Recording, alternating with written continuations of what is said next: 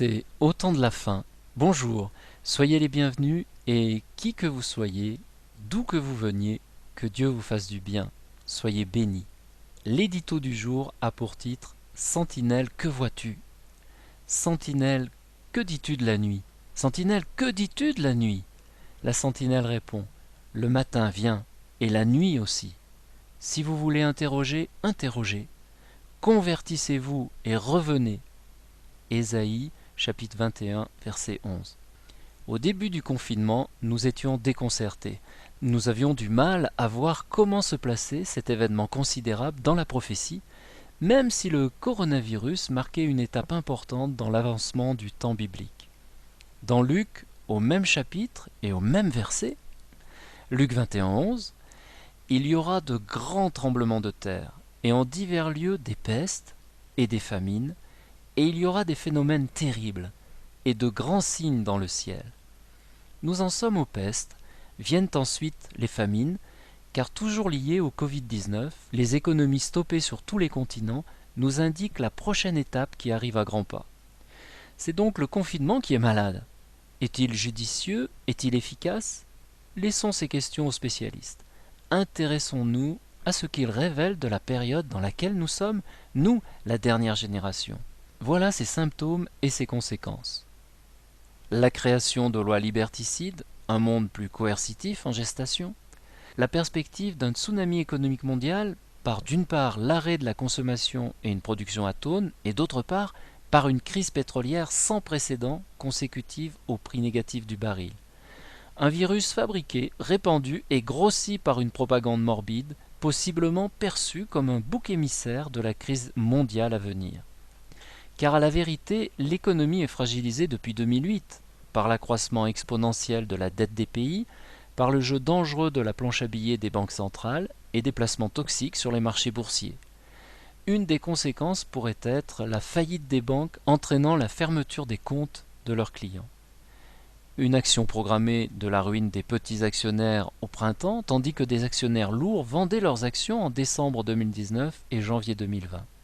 La mise en place massive de la 5G, s'accélérant au moment où 4 milliards d'habitants sont confinés. La préparation d'un terrain technologique favorable à la marque de l'Antichrist, avec la demande pressante d'un vaccin avec puce RFID. On parle désormais de plaques quantiques à aiguilles solubles. L'émergence de la solution aux problèmes du monde, avec un reset financier consistant à la mise en place d'un système hégémonique de monnaie numérique aux mains d'un gouvernement mondial. Enfin, les phénomènes terribles évoqués dans Luc 21 se situent dans la continuité des pestes et des famines. Ils sont d'ailleurs présentés dans la traduction Martin de la Bible comme des épouvantements. À court terme, on peut s'attendre à voir des émeutes de la faim et des guerres civiles. Alors des hypothèses naissent. Tout cela additionné, est-ce en fin de compte l'aboutissement d'un fameux slogan « Ordo ab chaos », l'ordre après le chaos, ou l'ordre par le chaos? Ou bien veut-on protéger la population en la maintenant à la maison et contenir la panique lors d'un futur bombardement d'astéroïdes? Osée chapitre 10, verset 8. L'épine et la ronce croîtront sur leurs autels. Ils diront aux montagnes, couvrez-nous, et aux collines, tombez sur nous. Pour nous, enfants de Jésus, le plus clair, c'est la précision de l'ordonnancement des événements par le Seigneur de la terre et du ciel. En effet, nous sommes dans l'attente de deux événements majeurs, le temps où l'Antichrist paraîtra, puis celui où Jésus descendra du ciel pour appeler son épouse. Actuellement, Dieu maintient encore la paix. Une paix tellement menacée chaque jour par les annonces belliqueuses émises aux quatre coins du monde. Une paix précaire, mais une paix au cours de laquelle l'Antichrist doit paraître. Daniel chapitre 11 verset 21. Un homme méprisé prendra sa place, sans être revêtu de la dignité royale. Il paraîtra au milieu de la paix et s'emparera du royaume par l'intrigue. Quant au Seigneur des Seigneurs, voici une précision importante. Luc chapitre 17 versets 24 à 30. Car comme l'éclair resplendit et brille d'une extrémité du ciel à l'autre, ainsi sera le Fils de l'homme en son jour. Mais il faut auparavant qu'il souffre beaucoup et qu'il soit rejeté par cette génération. Ce qui arriva du temps de Noé arrivera de même au jour du Fils de l'homme. Les hommes mangeaient, buvaient, se mariaient et mariaient leurs enfants, jusqu'au jour où Noé entra dans l'arche. Le déluge vint et les fit tous périr. Ce qui arriva du temps de Lot arrivera pareillement. Les hommes mangeaient, buvaient, achetaient, vendaient, plantaient, bâtissaient.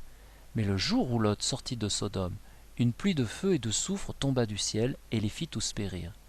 Il en sera de même le jour où le Fils de l'homme paraîtra. Jésus revient alors que la situation sur terre est normale. Les gens travaillent, mangent, boivent, achètent, vendent, plantent, construisent, se marient, où l'activité bat son plein, loin, bien loin d'un confinement planétaire. Certainement, nous allons donc vivre cette période, à la sortie du confinement, dans un moment de paix relative, permettant à l'activité humaine de reprendre son rythme, toute sa place.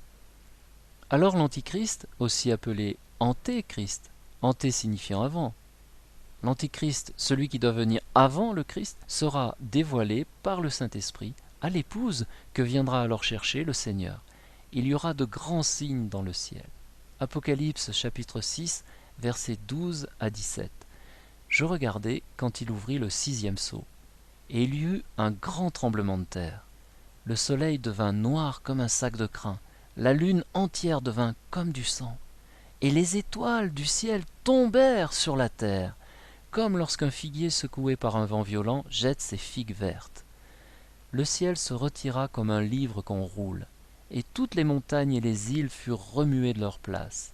Les rois de la terre, les grands, les chefs militaires, les riches, les puissants, tous les esclaves et les hommes libres, se cachèrent dans les cavernes et dans les rochers des montagnes, et ils disaient aux montagnes et aux rochers, « Tombez sur nous et cachez-nous devant la face de celui qui est assis sur le trône et devant la colère de l'agneau, car le grand jour de sa colère est venu, et qui peut subsister ?» Apocalypse chapitre 3 verset 10. Parce que tu as gardé la parole de ma patience, je te garderai aussi de l'heure de la tentation, qui va venir sur le monde entier pour éprouver les habitants de la terre. C'est la traduction David Martin. Je vous laisse avec ce chant, ne lâchons rien, Jésus revient. Pour l'écouter, l'URL est juste là en dessous. Je vous dis à bientôt pour le prochain édito.